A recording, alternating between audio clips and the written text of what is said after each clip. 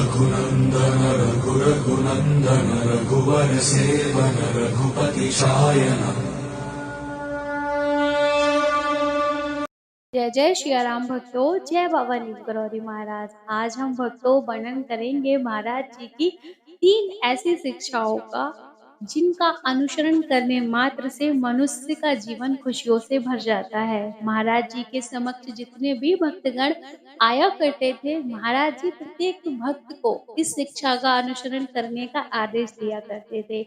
महाराज जी का वचन है कि जो भी भक्त इस शिक्षाओं का अनुसरण करेगा, मैं उनके घर में माँ लक्ष्मी और श्री गणेश जी के साथ निवास करूंगा और उनके जीवन की सारी विपत्तियों को हर लूंगा।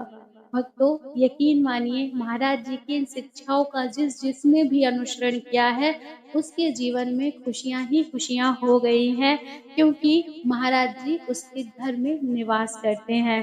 तो जानते हैं क्या है यह 3 शिक्षाएं।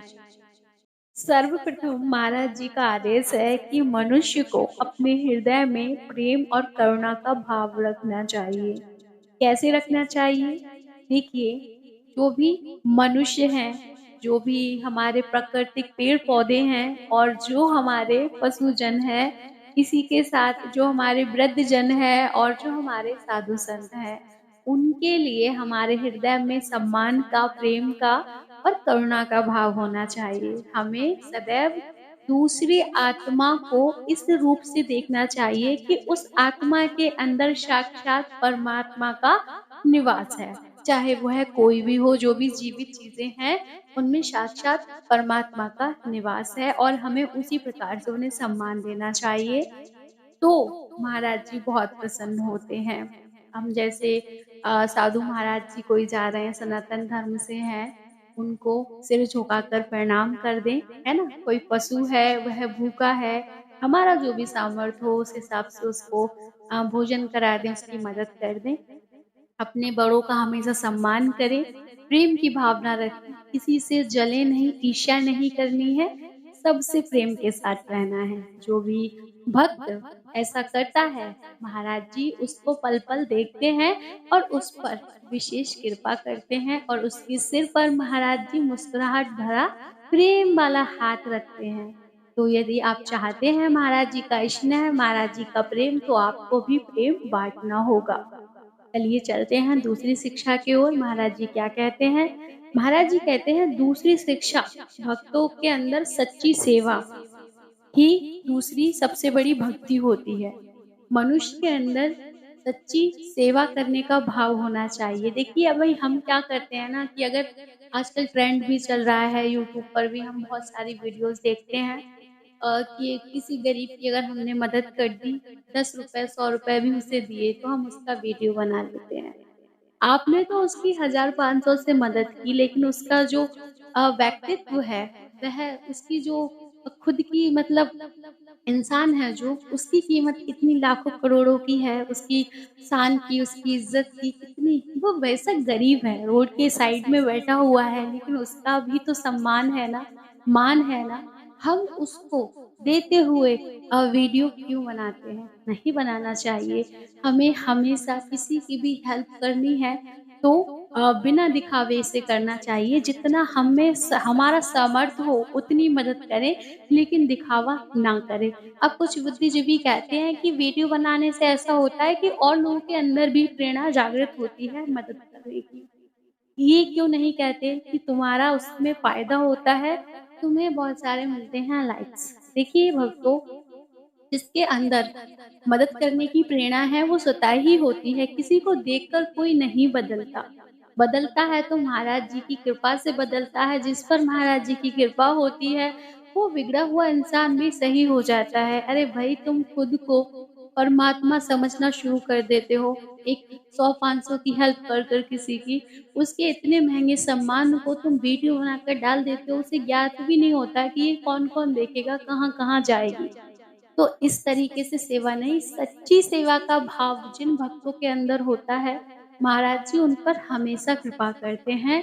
आप कहीं विपदा में फँसे हो, अचानक देखिए आप खुद इस चीज़ को महसूस कीजिएगा। आप महाराज जी की शरणागति जब से भी हुए हों, लेकिन अगर आप एक सच्चे भक्त हैं, सच्ची लोगों की हेल्प करते हैं। तो जब आपको सच में मदद की ज़रूरत होती है, तो आपके पास मदद अपने आप चलकर आ जाती है। कहते हैं ना, ना जाने किस रूप तुझको नारायण मिल जाएगा।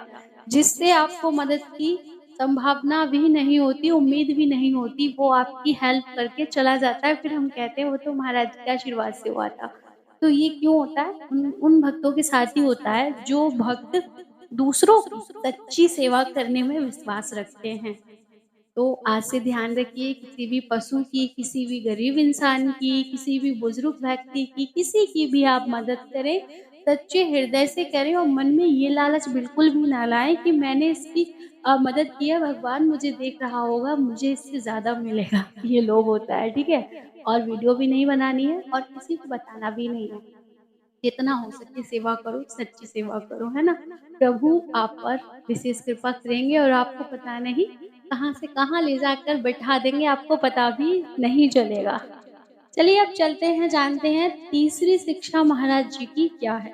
देखिए, महाराज जी का सबसे जो प्रिय है वो यही है, क्या है? कि महाराज जी कहते हैं कि मनुष्य को दिन में श्री राम जी का नाम का जाप अवश्य करना चाहिए।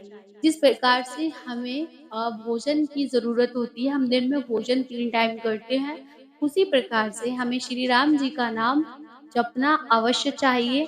चाहे हम एक समय का भोजन त्याग दें और उस समय पर हम राम जी के नाम को जपें, तो प्रभु बहुत खुश होते हैं।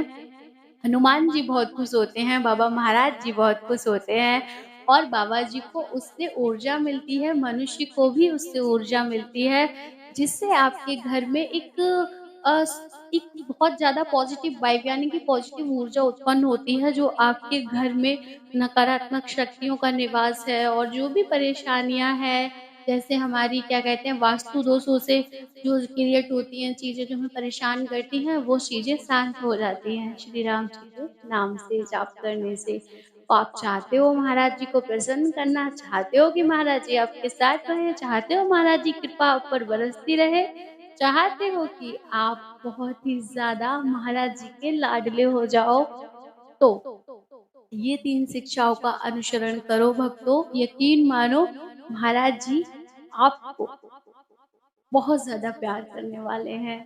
कहते हैं ना, एक महाराज जी तो ऐसे महाराज जी हैं, उनका फ़ोटो देखो और या फिर उनके बारे में सोचो, उनका नाम लो या उनका नाम आपके सामने आकर कोई ले ले या कहीं रास्ते में उनका फ़ोटो दिख जाए, तो ऐसा लगता है कि साक्षात दर्शन दे दिए महाराज जी ने। फिर इतने करुणामय, इतने प्यारे प्रभु की शिक्षाओं को हम क्यों ना मानें? तो आज से वचन लीजिए कि हम बारा महाराज जी की इन शिक्षाओं का अनुसरण करेंगे और अपने जीवन में खुशियों का स्वागत करेंगे।